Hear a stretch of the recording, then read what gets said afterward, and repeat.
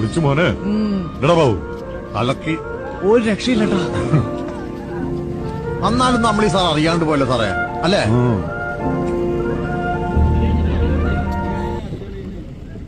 വയസ്സുകാലത്ത് ചാരുകസരെ കിടന്ന് അയവറക്കാൻ കുറെ മധുര സ്മരണകൾ ഉണ്ടാക്കിയിട്ട് സ്ഥലം വിടുക, അത്ര തന്നെ.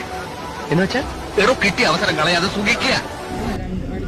അവർക്ക് ഇത് തന്നെയാ പണി. ഗ്രൗണ്ട് കണ്ട അപ്പ കണ്ണടിച്ചു വീഴും. ഇങ്ങനെ ഗ്രൗണ്ട് കണ്ട ആക്രാന്തമുള്ള മനുഷ്യജീവികളെ ഞാൻ എന്റെ ജീവിതത്തിൽ കണ്ടിട്ടില്ല.